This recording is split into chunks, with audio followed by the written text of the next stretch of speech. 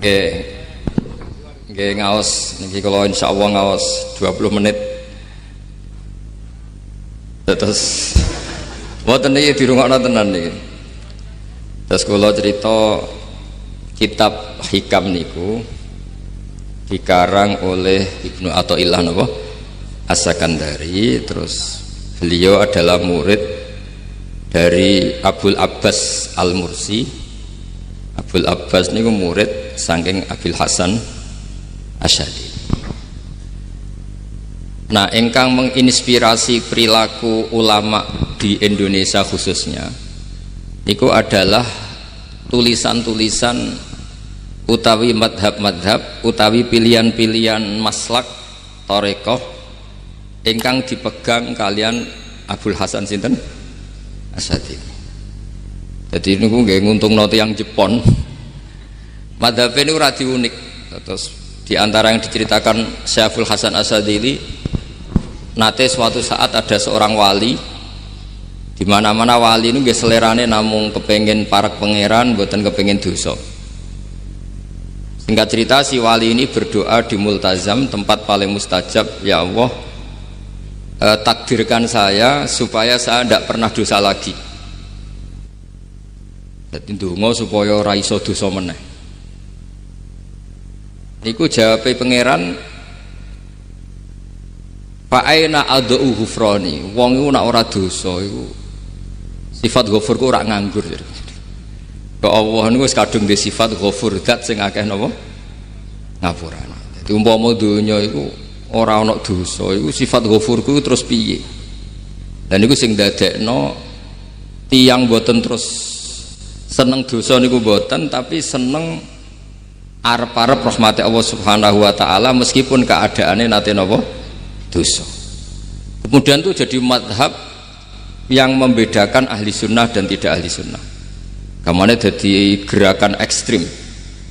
Ini ku ahli sunnah ciri khasnya niku mbok wong tahu dosa kaya apa tetap dianggap Islam. Ada kelompok ekstrim khawarij sing darani wong nak dosa niku berarti wis napa kafir. Jadi itu efeknya luar biasa dari madhab-madhab itu. Lalu kenapa madhab Abul Hasan Asy'ari yang kita pilih? Karena kalau orang Islam kamu kafirkan niku mboten ketemu, cara akal niku mboten ketemu. Nggih cara berpikir kita masyhur Abul Hasan Asy'ari ngendikan wong iku nak kafir mulai cilik nganti 70 tahun. Kalau baleni malih tiyang kafir cilik ngantos 70 tahun itu kan menjadi mukmin itu hanya dengan melafadzkan apa? Syahadat la ilaha illallah Muhammadur Rasulullah. Niku hadhil kalimah satu ini. Kalimah syahadah niku saged ngilangi kekafiran 70 tahun. Artinya kalimat ini adalah kalimatun dakhala fihal kafiru al-islam atau kalimatun sara bihal kafiru musliman. Jadi ngaji rileks ini tanamkan di hati. Ini adalah kalimat yang orang kafir saja menjadi muslim, hanya sekali dilafadzkan. Masa lalu dengan kalimat yang sama tiang muslim menjadi kafir. Ini pun buatan ketemu akal. Makanya madhab takfiri, madhab gampang mengkafirkan orang itu jelas madhab yang enggak ada rujukannya sama sekali, enggak ada pegangan ilmiahnya sama sekali. Wong kafir wae dadi Islam, mosok wong Islam dadi kafir. Mau perkara tahlilan ning kuburan. Gara-gara tahlilane nyekel patok dianggap napa? Kafir. Mergo dianggap njaluk napa? Jaluk bae, jaluk kubur. Mulane dawuh Said Muhammad masyhur itu diterjemah di seluruh bahasa di dunia. Wong-wong sing ngafirno iku mbok yo sekali-kali nginceng iku ngrungokno. Lho kula niku sampean tahlil iku yo ora seneng. Kadang sing tahlil iku yo rada kurang ajar. Kula niku yang ben nak mati, nak sing tahlil nang Jepon niku ora seneng.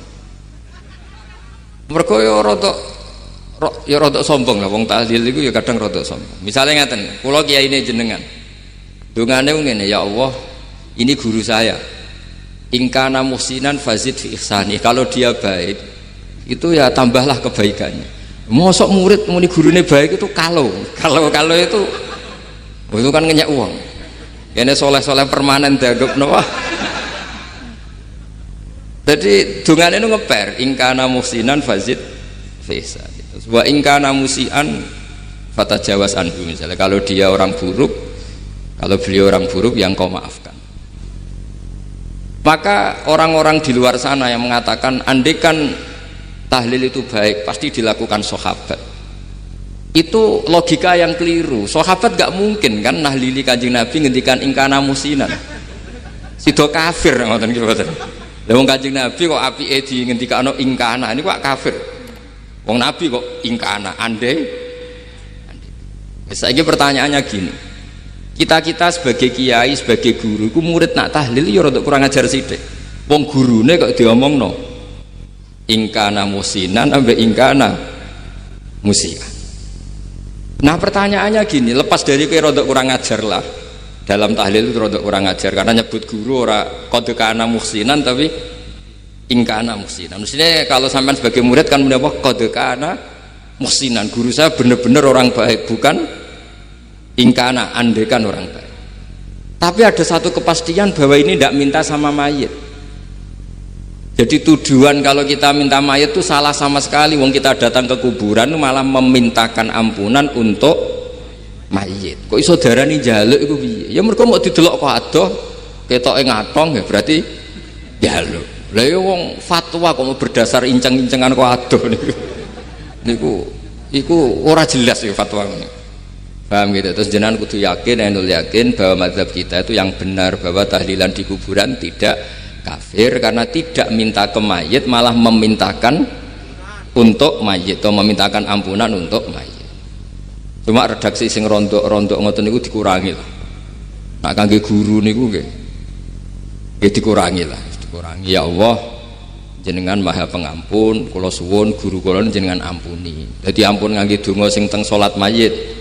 Nah salat mayit itu kan memang ada sanatnya, memang semua bentuknya seperti itu. Tapi nak ning kuburan kalau betul nanti itu ngotong Mbah Mun ngoten, ya Allah ini guru saya, engkau anugerahkan beberapa ilmu, beberapa amal yang manfaat untuk orang banyak. Kula suwun jenengan tampi, jenengan dat sing Maha Pengampun,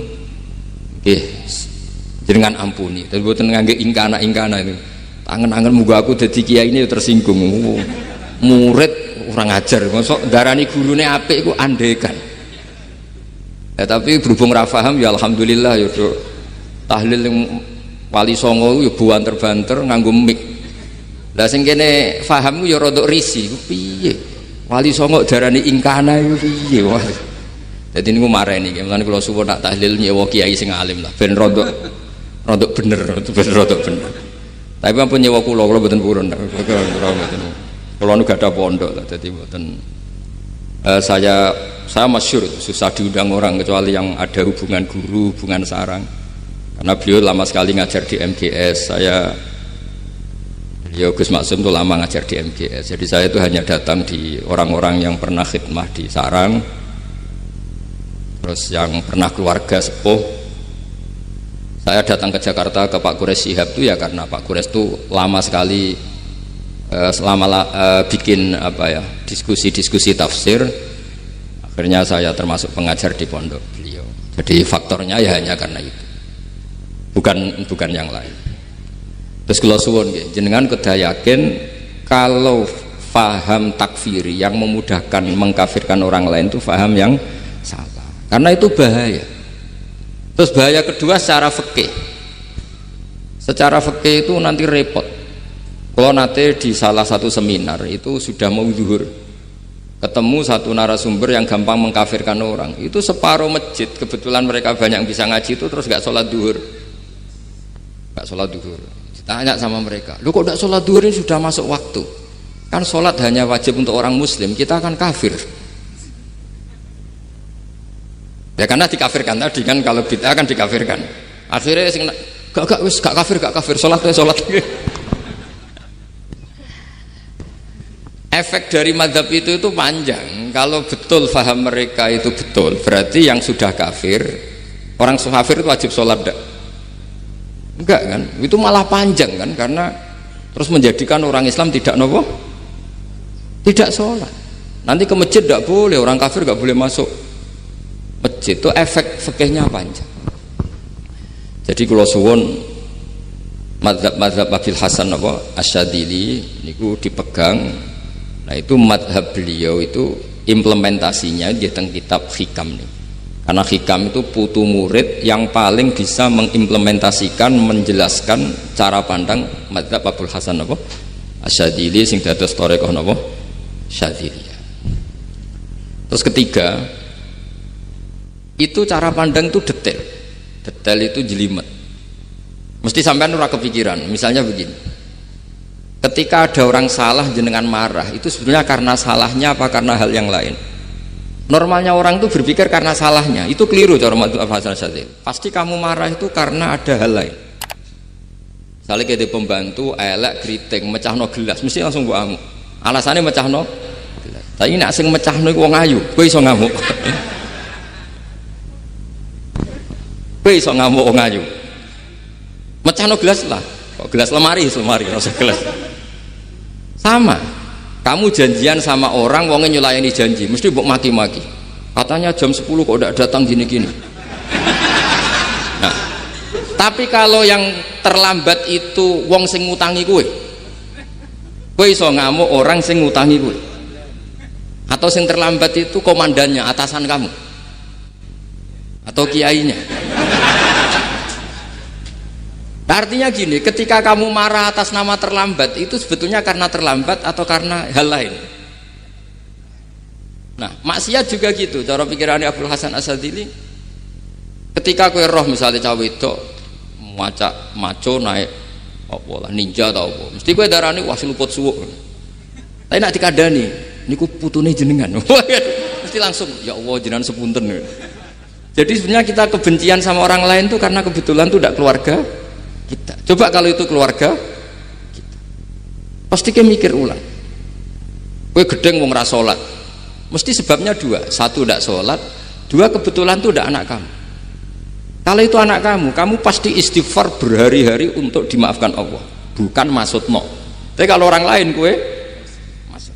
Pertanyaannya sebetulnya kamu benci itu karena tidak sholatnya apa karena plus dia tidak anak kamu?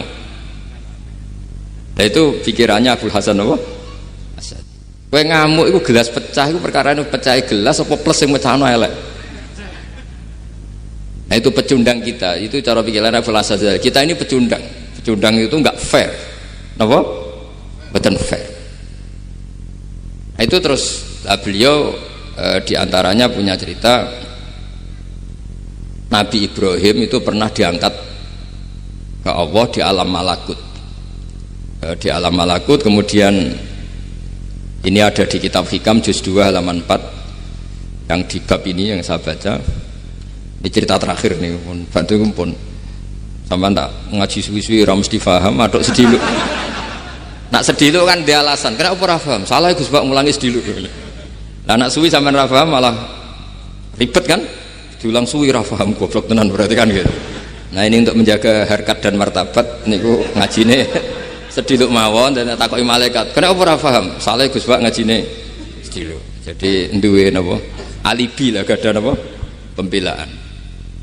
Nabi Ibrahim itu diangkat di alam malakut karena beliau seorang nabi melihat orang maksiat ditanya sama Allah, ya Allah itu orang-orang maksiat itu makan dari rizkimu, menempati bumimu dan semua fasilitas engkau bikin. Lalu menurut kamu gimana Ibrahim? Ya bunuh saja, matikan saja. Sama Allah dituruti. Melihat lagi ada maksiat yang berbeda, selalu Nabi Ibrahim usul itu dimatikan. Jadi Ibrahim pernah jadi garis keras lagi keras sekali. Lalu suatu saat Nabi Ibrahim itu disuruh nyembelih Ismail. Disuruh nyembelih apa? Ismail. Bareng disuruh nyembelih Ismail, Nabi Ibrahim tanya, ini anak saya ya Allah, ini samratu fuadi, ini buah hati saya, kenapa engkau nyuruh menyembelih? Cara ngetikane pangeran, apa kamu tidak ingat ketika tak angkat di alam malakut beberapa hambaku kamu usul supaya tak bunuh? Cara Jawane, cara Jepone kowe ora rasane dadi aku. Aku iku pangeran sing gawe aku enak kowe usul-usul kon mateni jare. Saiki gentenan, saiki anakmu sembelih. Rumang sama udah di pangeran gak sayang mbek kaula. Kita dadekno nabi ku kon dakwah ora kon mateni. Nabi Ibrahim nangis. Nah inilah perbandingan bagi kita. Sebenarnya saat kita benci maksiat, itu sebetulnya di hati kita itu tidak hanya maksiat. Kita ada dak fairnya, plus itu dak orang yang terkait dengan kita. Jika misalnya mau wangkel, misalnya penyanyi sing piye mau wangkel. Suatu saat penyanyi ku WA kuwe, "Mas aku ya gelem dadi bojomu, ilang mangkelmu." Jadi pecundang, kita ini sebenarnya pecundang. Nah, syukur-syukur memang makom kamu sudah tinggi. Memang benar-benar benci karena maksiat. Paribasane wayu gelem mbok rabi tetap mangkel. Tapi saya tidak yakin. Soleh-soleh seperti ini imannya sampai seperti itu tidak yakin. Dan saya kalau yakin begitu berarti keyakinan salah itu salah dan bodoh itu, karena itu nggak terbukti.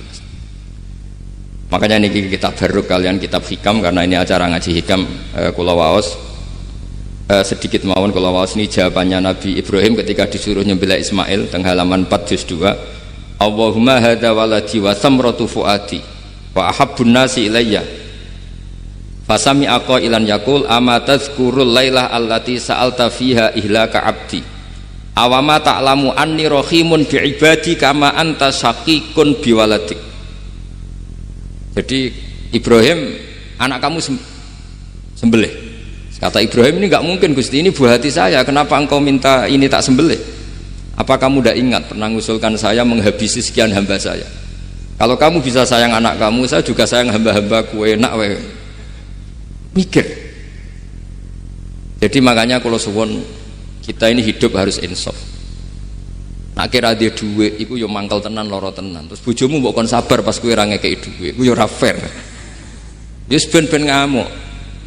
Satu kelihatan cerdas. Memang kondisi nggak punya uang itu harus ditanggapi dengan marah. Masa diapresiasi. Pinter Mas kowe saiki sudah wong zuhud. Wah, ya ribet kan. Wes jos Mas sampean. Saiki ra di duit, sampean sudah wong zuhud, wong waroi. Tapi udah mati bareng saiki. Jadi sebetulnya Allah bikin emosi itu andikan boleh dibahasakan wis dipikir. Walau la dafwahin nasa ba'dhum bi ba'd la fasadatil ard. Jadi bumi ini sebaiknya itu diisi dengan sekian perbedaan. Tapi tidak konflik, perbedaan dengan konflik itu beda. Saya ulang lagi, bumi ini sebaiknya diisi dari sekian apa? Perbedaan, karena justru itu bagus. Saya itu berkali-kali bilang, andaikan tidak ada pikiran kedua, ini dunia ini sudah rusak. Harus ada pikiran kedua. Misalnya ono wong kok terlalu apik mbek kanca, mesti bojone sampet. Wong gak men ngopi mbek kancane, ra tau ngapi mbek bojone. Tapi kalau ngopi mbek bojone terus, mesti kancane sing sampet. Wah, jok rabi lali kanca. Ribet. Manusa itu ribet. Kados kula dugi mriki ini hormat Gus Maksum. Nggih mungkin tok ganjaran. Tapi untuk dosa sithik-sithik ninggal pondok. Jadi ya sudah. Ya mau tidak mau, karena memang hidup itu tidak banyak pilihan. Ada orang sering ibadah di masjid, sholat itu ya bagus, tapi dia pasti tidak baik dalam sistem sosial. Umpama wong soleh kabeh ning masjid itu donya akeh sing mati, karena tidak ada tim SAR paling murah. Loh iya kan, wong kecelakaan itu penolong pertama itu orang yang di masjid apa sing tukang ning dalan-dalan. Artinya sing ning masjid iktikaf mesti ra duwe ganjaran nulung wong kecelakaan. Artinya ada kebaikan yang pasti nggak bisa dilakukan orang yang sedang di masjid. Andaikan yang di jalan tuh orang-orang soleh itu wah dunya sebaldatun thayyibatu warabun ghafur. Loh ya betul. Nabi pernah ditanya sahabat, ya Rasulullah kita ini senengane ngegeng di jalan. Ya kata Nabi ya sudah nggak apa-apa asal a'tut thoriq haqqaha. Ya kamu memberi haknya jalan. Apa itu? Amar ma'ruf nahi mungkar. Maksudnya nahi mungkar gini. Misalnya di bus itu ada orang soleh mayoritas, itu sing nyopet ya wedi mergo mesti ditabuki wong akeh. Kalau yang di perapatan wong soleh kabeh sing beda itu ya isin. Mergo sing perapatan wong soleh kabeh. Lah masalah iki ra soleh kabeh, kemari ribet kan gak soleh kabeh. Jadi sebetulnya Indonesia itu aman kalau yang di jalan tuh soleh semua, karena perempuan lewat gak diganggu, ada copet gak berani, semuanya aman. Maka di Islam itu menyebut kebaikan itu jumlahnya banyak sekali. Tidak bisa kamu wah hebat-hebat wong sing ning masjid terus, tidak bisa seperti itu. Andai kan semua orang di masjid, nah ono kecelakaan pertama yang nolong siapa? Nah ono wong golek alamat tuh takok sapa, kabeh ning jero masjid. Ribet kan?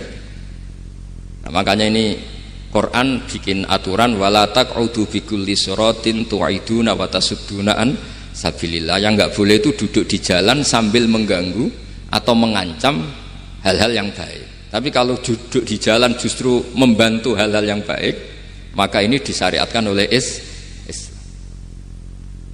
Jadi ini kita harus mulai mikir ya. Jadi walhasil ngendikane kitab Hikam, bayangkan yang maksiat itu anak kamu, istri kamu. Pilihan kamu itu memaafkan dan minta dimaafkan oleh Allah. Tapi ketika orang lain kamu minta supaya dilaknati Allah, ini tidak fair.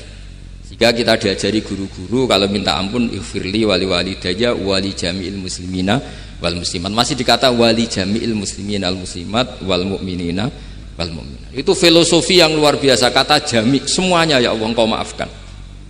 Bukan keluarga saya tok, siapapun yang berkontribusi terhadap Islam ini engkau maafkan. Begitu juga di muqaddimah khutbah kula suwun harus ditradisikan wala alihi wa sahbihi ajmain. Kata ajmain ini kata pembeda. Mungkin orang baca hanya rutin, tapi kita yang nekuni ilmu, ajmain ini kata kunci. Fa inna ahla syiah akramu sahabiyan wa ahanu sahabiyan akhar. Tradisi madhab syiah itu apa? Ada sahabat yang begitu dimulia-muliakan berlebihan kayak Sayyidina Ali, dan ada yang dihinakan kayak Abu Bakar dan Umar. Lalu pembedanya dengan ahli sunnah apa? Kita menghormati sahabat wa sahbihi ajmain. Jadi hadhil kalimah kalimatun fariqah. Ini kalimah pembeda. Jadi ajmain mboten kalimah rutin terus ono jimate ono kasiate niku mboten. Kita maklumatkan ke seluruh dunia bahwa mazhab ahli sunnah ditandai dengan wa ala alihi wa sahbihi ajmain. Mane dawuh Mbah Hasyim wa nukrimu ahlal bait wa nukrimu jami'a ashabi Rasulillah sallallahu alaihi wasallam. Jadi wa nukrimu jami'a ashabi Rasulillah sallallahu alaihi wasallam. Ciri utama mazhab ahli sunnah apa? Menghormati keluarganya Nabi dan menghormati seluruh, ada kalimat apa? Seluruh sahabat. Jadi kata ajma'in itu kalimatun fariqah atau kalimatul fasl. Kalimat yang membedakan mana madhab syiah dan madhab ahli sunnah apa? Itu kalau jenengan ngaji teng Gus Maksum napa teng Ki Haji Maksum, di antara madhabnya sinten? Nabi Ibrahim yang diceritakan Abdul Hasan apa? Asyadili, kebencian kepada maksiat, kita semua pasti benci maksiat. Tapi gak fair kan, yang satu kamu laknati, yang satu kamu doakan. Ujung-ujungnya apa? Ada unsur hadun nafsi. Kalau yang terkait dengan jenengan mbok dongakno di sepuro, nah yang gak ada terkait mbok pasutno. Ini kan gak fair, padahal sama-sama apa? Maksiat. Terus kalau suwun polemik tentang ketentuan gimana hukumnya ziarah kubur, ya hukumnya baik karena mendoakan atau memintakan ampun untuk yang mati, bukan meminta sama yang mati. Dawuh Sayyid Muhammad kena ora percaya rungokno. Wong didelok kok ado, ora didelok kok ado pancen ya ngeri kan. Patoke diusap-usap. Bariku ndonga, delok kok ado kan iku njaluk kuburan, padahal mayite ngeluh. Ngeluhe perkara mau, kadang nek sing kiyaine rapati iso ngaji wamen ingkana. Wali kok diarani napa? Ya Allah, jika mayit ini, andekan mayit ini baik, maka dan andekan tidak, lu cara kowe dadi mayite. Bocah ora jelas sih. Mayit, nah makanya ini cobalah kalau sholat jenazah tidak apa-apa doa itu, karena sanatnya seperti itu. Kalau doa guru ya diatur-atur yang baik lah, langsung mawon ya ghafiratunu wal khotiat gini-gini, saya mohon beliau amal baiknya jangan terima, amal buruknya jangan ampuni, karena guru juga manusia tidak nabi. Boten terus apa pakai apa ingkana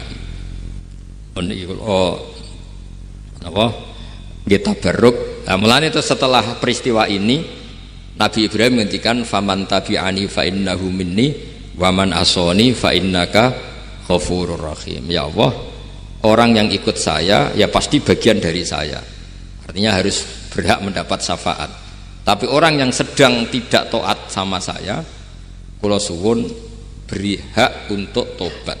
Jadi ghafur itu artinya ya kasih waktu lah Gusti untuk tobat, sehingga umat ini nggak berhenti berharap supaya yang sedang maksiat pun kita selalu berharap suatu saat pasti tobat. Kita berharap la'allahum yarji'un, la'allahum yantahun. Quran sendiri menghadapi orang-orang maksiat masih selalu diberi harapan la'allahum yarji'un, la'allahum yantahun. Ya tentu dengan sekian mauidhah, sekian hikmah, sekian amar ma'ruf nahi mungkar. Yang jelas kita sebagai ahlul ilmi ini tidak punya sanad model keras, karena semuanya ini proses.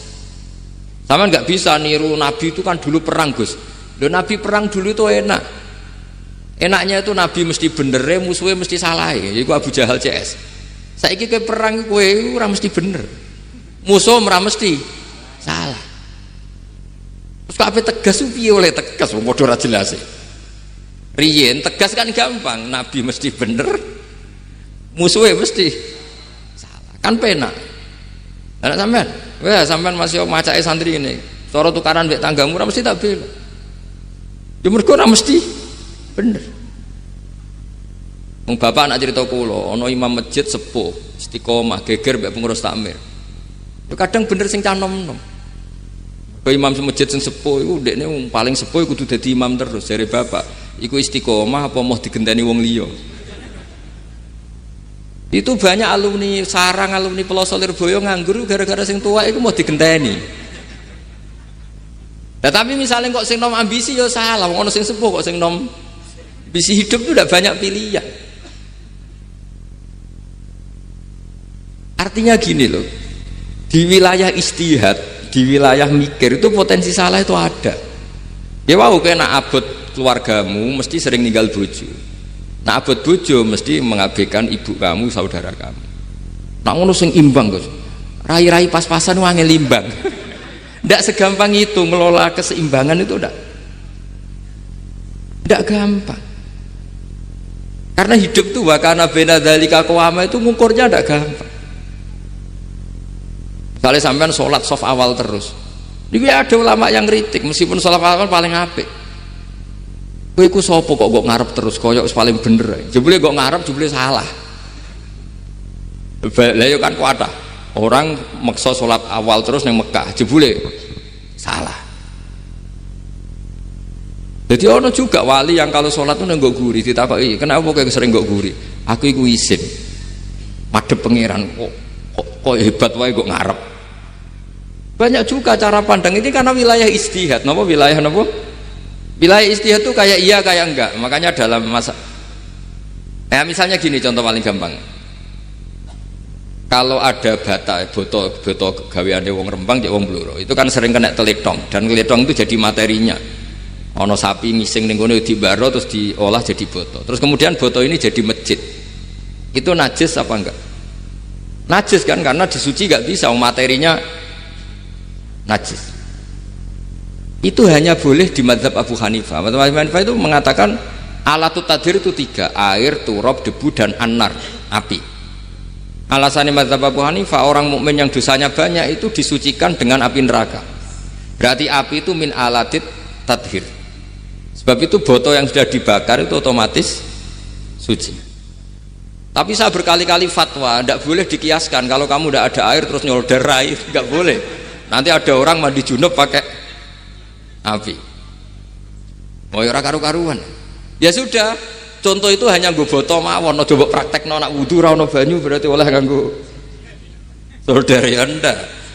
Tapi itu kan ilmu itu ya seperti itu. Akhirnya beberapa materi yang dari najis asal sudah mengalami pembakaran itu cara madzhab Abu Hanifah dianggap suci, kayak boto, kayak keramik atau peso. Dulu beberapa materinya peso ya kadang ada materi yang najis, tapi ini sudah mengalami pembakaran maka dihukumi suci. Mungkin kalau contohnya aja go wudu lah, semuanya pesan gua aja digo wudu, aja digo mandi junub. Misalnya iwak itu kalau besar cara Syekh Nawawi Banten itu tae cek dianggap najis karena bentuknya besar. Sekian intikal madzhab Abu Hanifah pun digoreng pun kena api, pun dibakar pun kena api. Jadi berarti pun apa?